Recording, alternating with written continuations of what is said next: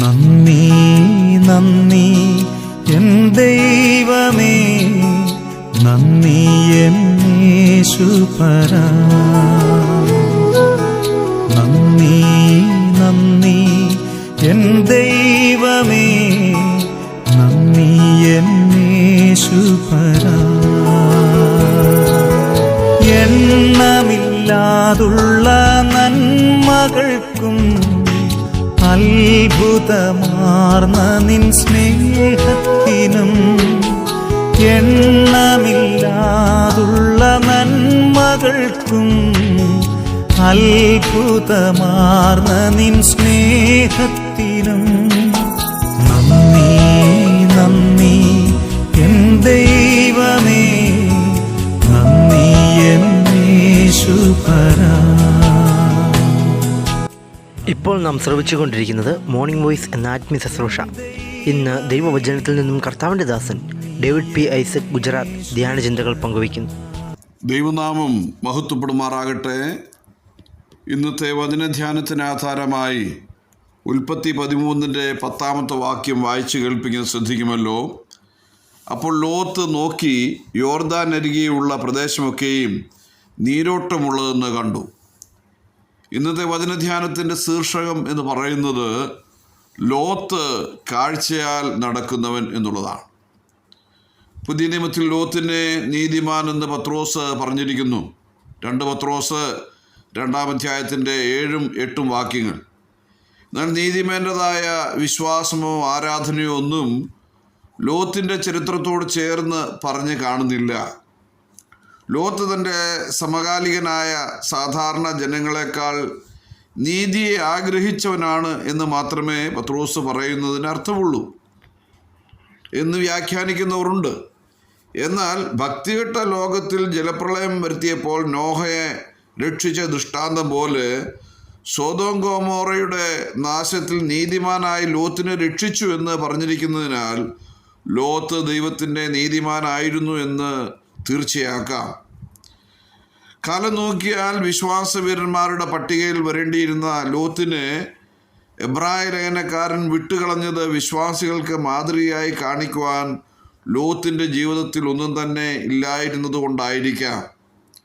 അബ്രഹാമിനോടുകൂടെയാണ് ഞാനും രക്ഷിക്കപ്പെട്ടതും വേർപെട്ടതും എന്ന് ലോത്തിനും പ്രശംസിച്ച് പറയാം. എങ്കിലും അബ്രഹാമിൻ്റെ പിൻഗാമിയായി ലോത്തിനെ അല്ല, ഇസ്ഹാക്കിനെയും യാക്കോബിനെയും മറ്റുമാണ് ദൈവവചനം എടുത്തു പറയുന്നത്. അബ്രഹാമുമായി ഉണ്ടായിരുന്ന ആദിമ ബന്ധവും കൂട്ടായ്മയും വിട്ടുപിരിയേണ്ടതായ ഒരു ഘട്ടം ലോത്തിനുണ്ടായിരുന്നു. അതുമുതൽ ഒരു പിന്മാറ്റക്കാരൻ്റെ അനുഭവമാണ് ലോത്ത് സമ്പാദിച്ചത്.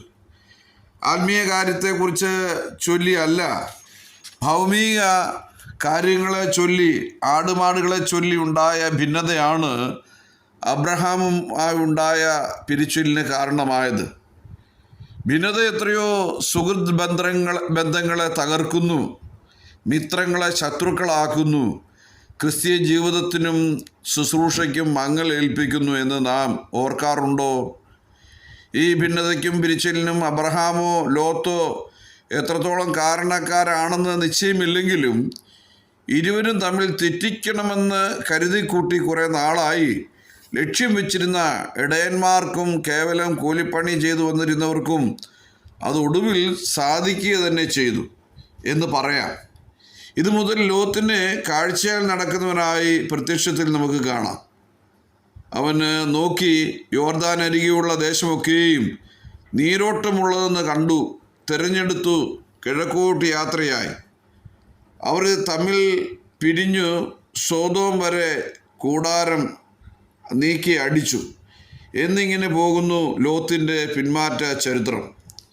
ഇതുവരെ അവനെ ഗുണദോഷിച്ച് നടത്താനുണ്ടായിരുന്ന അബ്രഹാമിനെ പിരിഞ്ഞത് ഒരു സ്വതന്ത്രമായി ലോത്ത് കരുതിയോ എന്തോ നമുക്കറിഞ്ഞുകൂടാ.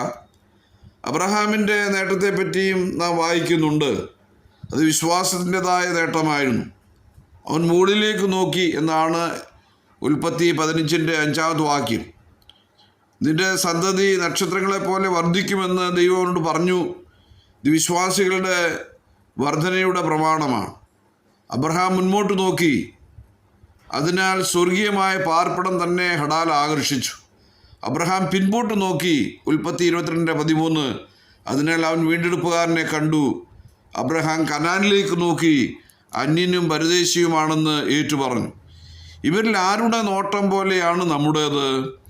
ആരും അപഹരിക്കപ്പെടാത്ത കാര്യങ്ങളിലേക്ക് വിശ്വാസികൾ നോക്കുമ്പോൾ അപഹരിക്കപ്പെടുന്നവയുടെ മേൽനോട്ടം വച്ചിരിക്കുകയാണ് കാഴ്ചയാൽ നടക്കുന്നവരെന്ന് മനസ്സിലാക്കണം. ലൂക്കോസ് 10:42. വിശ്വാസികളിടയിൽ ഭിന്നത ഉണ്ടായാൽ അനേകർ ലോകമയന്മാരാകുവാനും മക്കൾ ദൈവ വഴി വിട്ട് മാറാനും അത് കാരണമാകുന്നു എന്ന് മുൻകാല സംഭവങ്ങൾ തെളിയിക്കുന്നുണ്ട്. ആരംഭത്തിൽ തന്നെ ഒന്ന് ശ്രദ്ധിച്ചാൽ ഭിന്നതയും അത് മുഖാന്തരം ഉണ്ടാകുവാൻ പോകുന്ന ബഹുവിധമായ ദോഷഫലങ്ങളും ഒഴിഞ്ഞു മാറുവാൻ കഴിയുമെന്ന് എല്ലാ വിശ്വാസികളും ഓർത്തിരിക്കേണ്ടതായിട്ടുണ്ട്. അബ്രഹാമിനെ വിട്ടുപിരിഞ്ഞ ലോത്ത് കൂടാരം ക്രമേണ അത് നീക്കി ഒടുവിൽ സോതോമിൽ ചെന്നടിഞ്ഞു. സോതോമിനെ പറ്റി ലോത്തിൻ്റെ കാഴ്ചയും ദൈവത്തിൻ്റെ കാഴ്ചയും തമ്മിൽ അജഗജാന്തരം ഉണ്ടായിരുന്നു. ഉൽപ്പത്തി 13:13 വായിക്കുന്നവർ മഹാഭാവികളായിരുന്നു എന്നാണ് വായിക്കുന്നത്. സോതോമിനെ പറ്റി ദൈവം പറഞ്ഞത് ഇങ്ങനെയാണ്: ഒരിക്കൽ ഊരിൽ നിന്നും വേർപെട്ട് വിശ്വാസികളുടെ പിതാവുമായി കൂട്ടുകെട്ട് നടന്ന ലോത്ത് ഇപ്പോഴത്തെ മഹാഭാവികളുടെ നടുവിൽ ചെന്ന് പതിച്ചിരിക്കുന്നു. അതിന് കാരണം അവൻ സമ്പത്തിന്മേൽ മാത്രം ദൃഷ്ടി പതിപ്പിച്ചിരിക്കുകയാണ്. രക്ഷിക്കപ്പെട്ടവരും വേർപെട്ടവരുമായ ചിലർ ഇന്ന് മഹാഭാവികളായ ഞങ്ങളോട് കരുണ തോന്നണമേ, കാണാതെ പോയ ആട് പോലെ ഞാൻ തെറ്റിപ്പോയിരിക്കുന്നു, ആടിനെ അന്വേഷിക്കണമേ എന്നാദിയായി ആഴ്ചതോറും ഏറ്റുപറയുന്നവരുടെ സംഘത്തിലും സഭയിലും മനം നൊന്ത് കഴിയുന്നുണ്ട്. ലോത്തും കുടുംബവും അവരുടെ മക്കളുടെ ഭാവിയേക്കാൾ കന്നുകാലികളുടെ കാര്യമായി ഗണിച്ചത്. സോദോം തൻ്റെ മക്കൾക്ക് പറ്റിയ ദേശമല്ലെങ്കിലും കന്നുകാലികൾക്ക് കൊള്ളാമെന്ന് ലോത്ത് നിർണയിച്ചു. സ്വന്തം മക്കളുടെ നാശം നിശ്ചയമാണെന്ന് അറിയാമായിരുന്നിട്ട് ശപിക്കപ്പെട്ട യെരിഹോ പട്ടണം പണിയുന്ന എത്രയോ ഹിയേൽമാർ ഉണ്ടെന്നാണ് 1 രാജാ 16:34 നമ്മൾ മനസ്സിലാക്കേണ്ടത്. തൻ്റെ മക്കളെയും പിമ്പുള്ള കുടുംബത്തെയും അത് നീതിയും ന്യായവും പ്രവർത്തിച്ചുകൊണ്ട് യഹോവയുടെ വഴിയിൽ നടക്കുവാൻ കൽപ്പിക്കേണ്ടവന് ദൈവം അബ്രഹാമിനെ തിരഞ്ഞെടുത്തത്.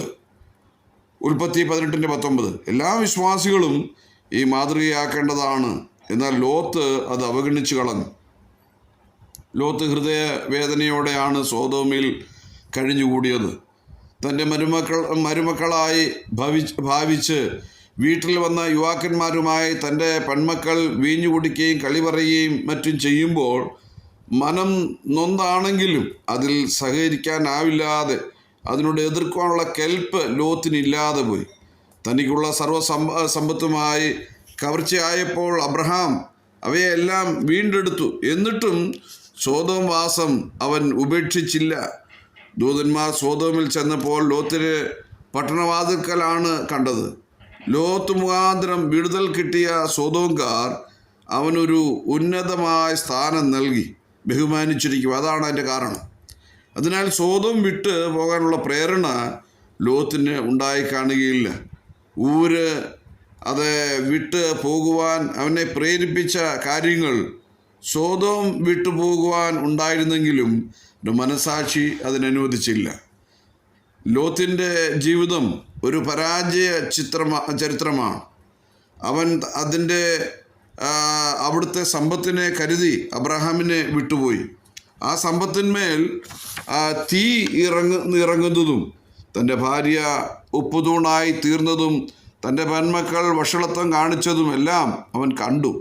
തീയിൽ കൂടെ എന്ന പോലെ രക്ഷയാണ് അവന് കിട്ടിയത്. ഇത് ക്രിസ്തുവിൻ്റെ ന്യായാസനത്തെ ഓർപ്പിക്കുന്നതാണ്.